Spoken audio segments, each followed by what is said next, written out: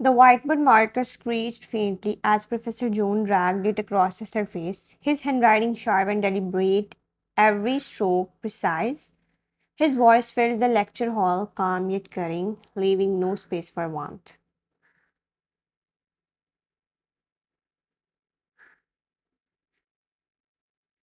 You sat in the second row, notebook open, but your thoughts far away. To everyone else, he was Professor Jones, brilliant, intimidating, untouchable. To you, he was also your husband. Yet, in this room, you may as well have been a stranger. Miss Wine, his voice rang out suddenly, low but commanding.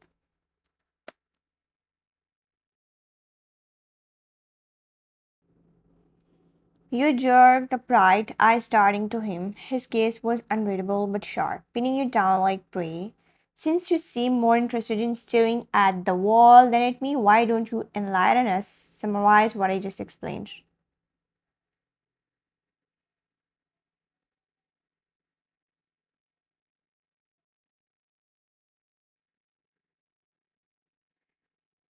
Your heart thudded painfully, whispers stirred around you as you scrambled through your notes. It was about the application of his voice cut through yours like a blade. Wrong. He capped the marker with a sharp click, his jaw tight. If you can't follow along, don't waste my time. Sit down, the whispers grew louder. He's brutal with her. Honestly, it's like he hates her. Imagine being her, I would drop this glass.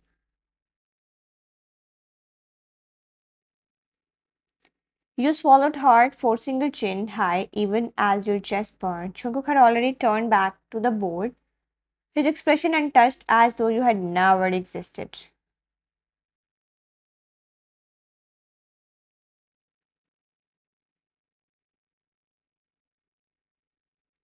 And in that moment, you wondered, was he ever truly your husband or just a professor who barely tolerated your presence? The car ride was suffocatingly quiet, the hum of the engine filling the space that neither of you seemed willing to bridge. Jungkook's hands gripped the steering wheel, his profile stoic, expression carved from stone. You toyed with the strap of your bag before daring to speak. I could have taken a cab, you know. You didn't have to drive me.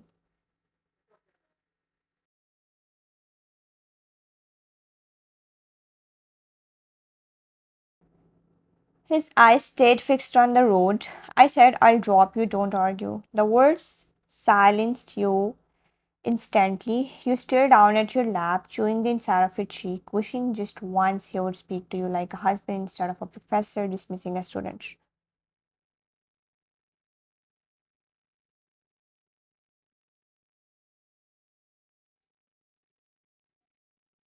The car finally slowed to a stop in front of your mother's imposing gates. Without turning to you, Chunkook unlocked the door. I'll pick you up tomorrow.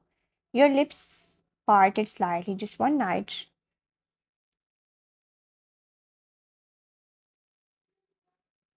For the first time, he glanced at you, but his eyes held no warmth. Yes, one night is enough. The finality in his tone made your chest ache. You stepped out, gripping your small overnight bag tightly. The night breeze was cool, but not nearly as cold as the way he drove off without a single backward glance.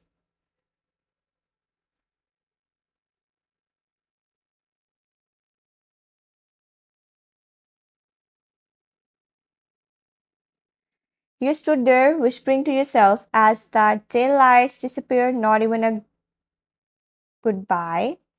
Inside the house felt as heavy as always. The moment your mother appeared, her sharp eyes narrowed.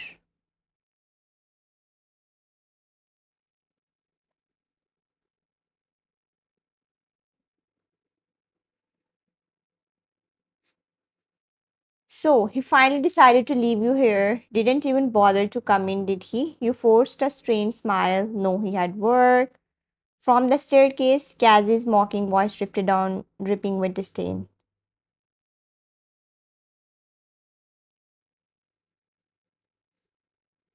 Work, or maybe he just didn't want to be seen with you. Her laughter was light, cruel, and it dug beneath your skin. You clutched it back tighter, holding your head high even as your heart threatened to crack.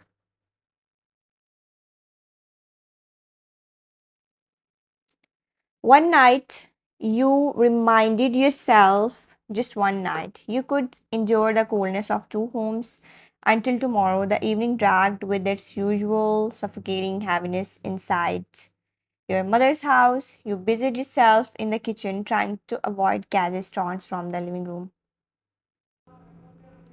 Your mother had always favored her, and you had learned long ago that silence was your safest weapon. But silence didn't save you this time. As you carried a tray of tea toward the dining table, your hand brushed against the tall porcelain vase that stood proudly at the corner. It wobbled precariously before crashing to the floor, shattering into dozens of jagged pieces. The sound was deafening, like glass breaking inside your chest. You froze, panic flooding your veins. I'm sorry, it was an accident.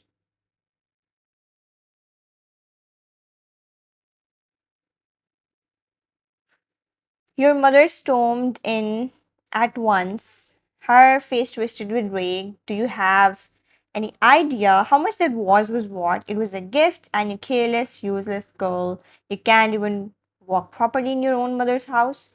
Before you could speak again, her palm connected with your cheek in a sharp, resounding slap. The force of it made your heart snap to the side, your eyes stinging with tears you refused to let fall. Mom, I didn't mean to, but another voice cut through, dripping with venom delight.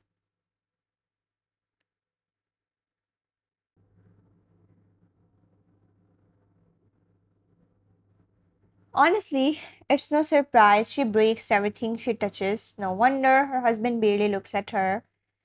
You turn to her, eyes wide, but she smirked, enjoying your humiliation. Then, as though the first slap had not been enough, Cassie stepped forward and delivered another on the same cheek, cruelly precise.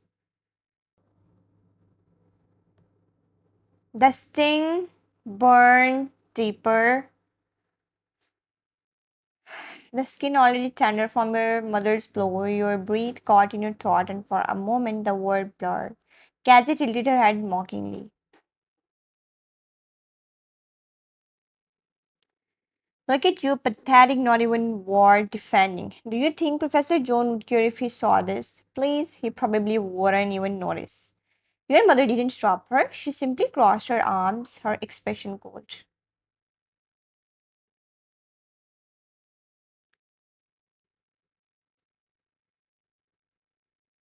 You should have been more careful. Don't stand there crying, clean up the mess you made. You bent down slowly, hands trembling as you gathered the shards of porcelain.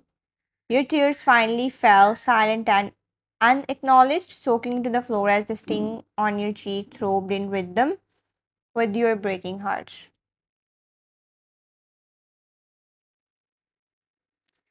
It wasn't just the pain of the slaps, it was the betrayal, the loneliness, the humiliation of knowing that even in your own mother's house you were unwanted. And in the back of your mind, one cruel thought whispered louder than the rest. Jungkook wouldn't care. Why would he? The guest room was dim and cold, the kind of silence that pressed heavily against your chest. You sat on the edge of the bed, fingers shaking as they grazed the tender skin of your cheek. Each touch made you flinch, the soreness blooming deeper beneath the surface. The mirror in the corner reflected back a version of you that didn't feel like you at all. Eyes swollen, lashes wet, a deep redness spreading across one side of your face. You stared at yourself for a long time, unable to look away from the evidence of your humiliation.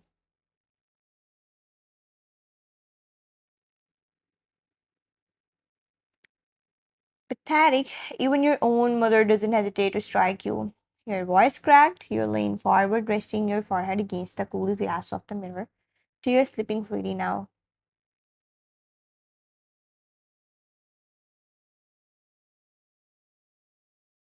Cassie's mocking words replayed in your head like poison. Do you think Professor Jones would care if he saw this? Please, he probably wouldn't even notice. Your lips trembled as you murmured into the emptiness.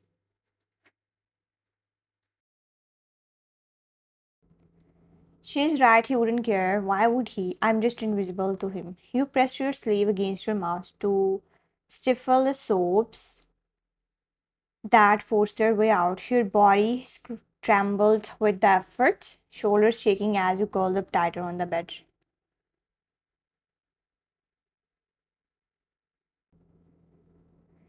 When exhaustion finally dragged you under, your cheeks were sticky with dry tears, and your hand remained protectively cradled against the sore side of your face as if shielding it from further blows even in sleep.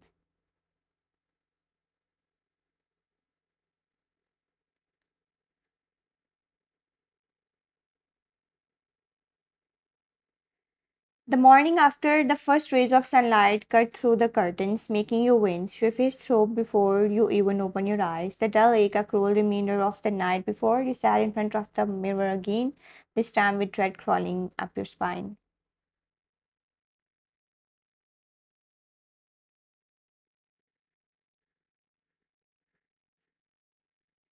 The redness had deepened overnight into something darker, an unmistakable bruise blooming across your cheekbone. Perfect, just perfect. You pressed your fingertips against your temples, fighting back tears.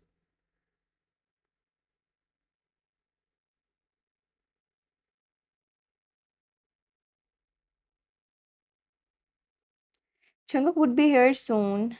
The thought made your stomach twist not with comfort but with fear of his indifference. You combed your fingers through your hair with nervous urgency, dragging the strands forward until they fell like a curtain across your face.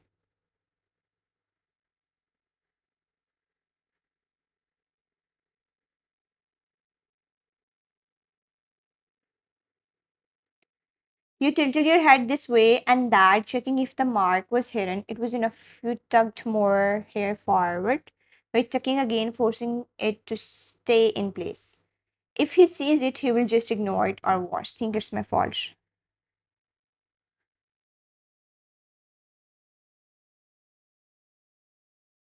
You lean closer to the mirror, whispering like a secret you didn't dare admit to anyone else. He doesn't care, he never does, so just hide it, hide everything. Your hand lingered on the handle of your overnight back, knuckles white.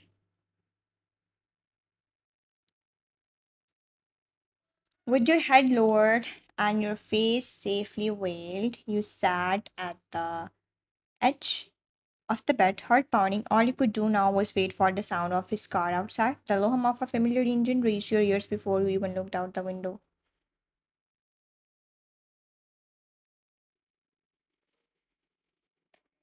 Your heart skipped. Jungkook was here. Quickly, you smoothed your hair forward once more, checking in the mirror that the bruise was completely hidden. Your breath trembled as you whispered to yourself, he won't notice, just keep quiet, just one more day.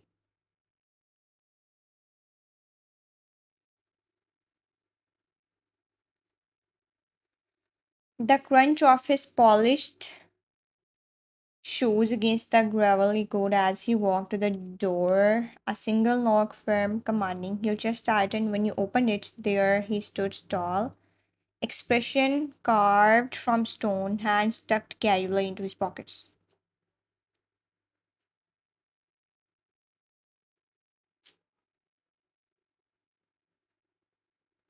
He didn't step inside, didn't greet your mother. He only looked at you with that familiar coldness. Get your things, we're leaving. You nodded quickly, lowering your gaze. The overnight bag already in your hand felt heavier than it should have. You followed him in silence, your hair curling your face, your cheek throbbing beneath the strands. Inside the car, the silence was stiffening. You kept your head turned slightly, pretending to watch the passing trees outside the window. The tension wrapped around you like a rope pulling tighter by the second.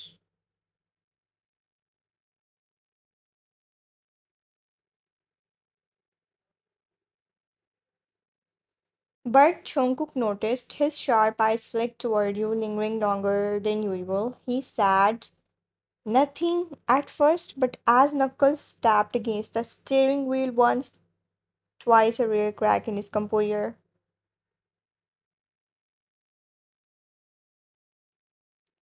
Why are you so quiet? Your hands clenched in your lap. I'm not just tired. He didn't believe you. His gaze narrowed, scanning you with the same precision he used on students during exams.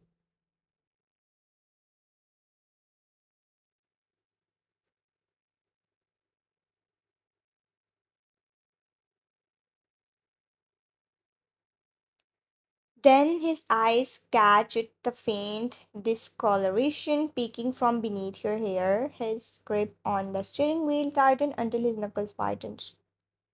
Wine.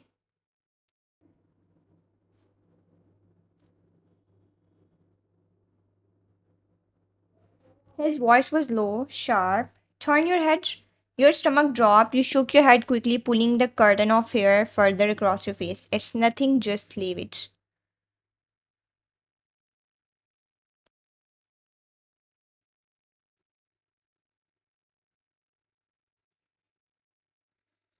His tone deepened, a command this time. I said, look at me. Your heart hammered painfully, slowly, reluctantly. You turned. The strands of hair fell just enough for him to see the bruise in full. The change in his expression was instant.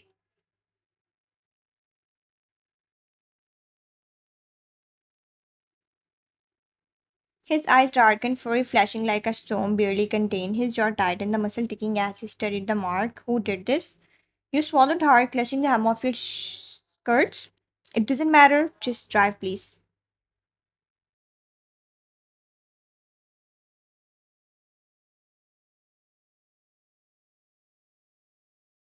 His voice rose sharper than you had never heard in private. Don't lie to me. Tell me who touched you. You flinched at his tone, your lips trembling. It was nothing, an accident. He slammed his palm against the steering wheel, the sound startling you.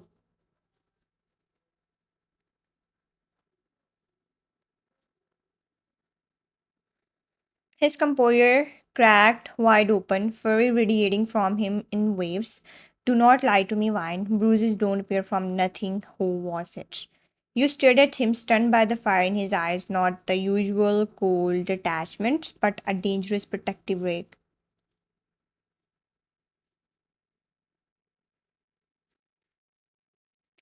Finally, your voice came out small, my mother in Cassie. His entire body went rigid, rigid sharp as though the names themselves had cut through him. He looked forward, silent for a moment, the tension in the car suffocating.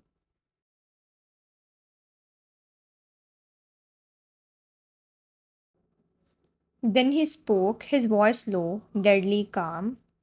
They put their hands on you. You try to protest, tears burning your eyes. Please don't make it worse. I just want to forget it. His hand gripped the steering wheel tighter, veins visible beneath his skin.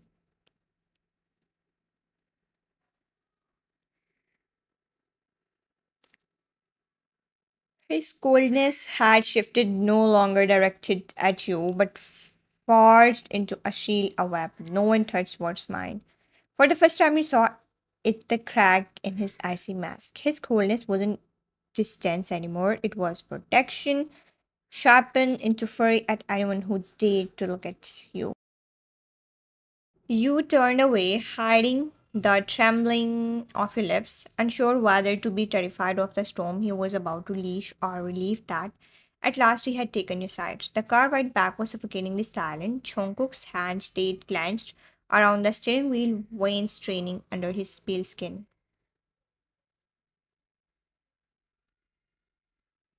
You could see it, the storm brewing inside him, but you were too afraid to speak. When he finally pulled up in front of your mother's house again, your head stopped. Jungkook, no please, don't go inside, I'll handle it.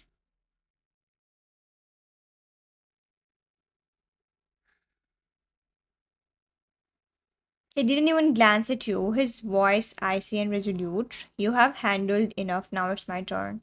He stepped out of the car with that same intimidating presence he carried in his lectures, but magnified tenfold. The air seemed to shift as he walked up the driveway. each step deliberate, commanding.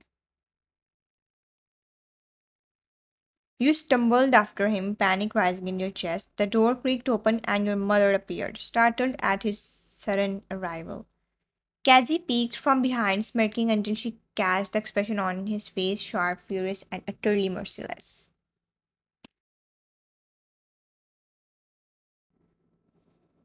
Jungkook didn't waste words. He walked straight into the living room, his tone slicing the air. Which one of you thought you had the right to put your hands on her? Your mother stammered, clutching the edge of her shawl. She broke the was I only.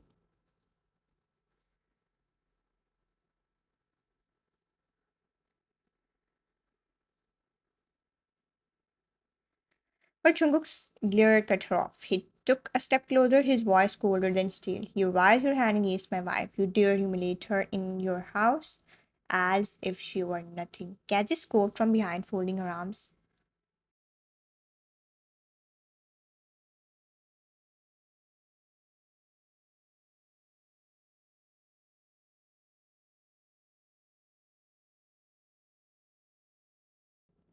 Oh, please, it was just a slap she deserved. The moment the words left her lips, Jungkook snapped. He slammed his hand against the wall beside her, making her flinch violently. His voice dropped to a deadly growl. Say that again, I tell you. The house was silent, the only sound was shaky breaths. Then Jungkook pulled out his phone, his movements swift and precise. If you think you can lay a hand on her and walk away, you are mistaken. He dialed, speaking into the phone with a chilling calmness.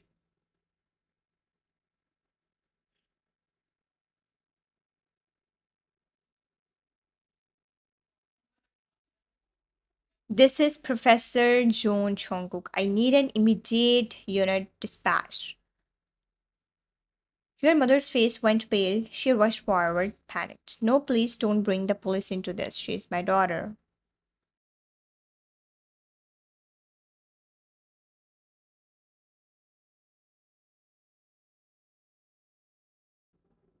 Jungkook turned on her, eyes blazing. A daughter you treat like trash. You should be grateful I'm only calling the police. Cassie's smirk was long gone now. Her hands trembled, her bravado shattered.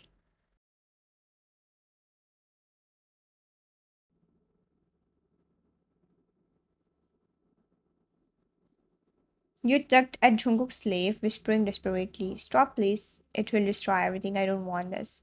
For a moment, his jaw flexed, his fur still burning, but when his eyes met yours, something softened just slightly. He ended the call, though his voice remains firm.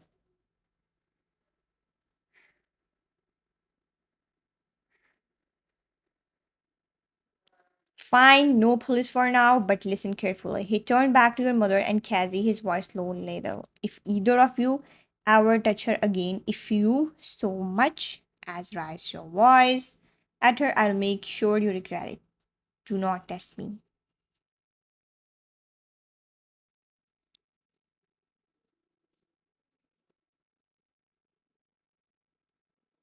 The weight of his words hung in the room like a blight. Without another glance, he wrapped his hand around yours, pulling you gently but firmly toward the door. His grip was protective, unyielding. As he led you outside, his final words echoed behind him, a warning carved in ice.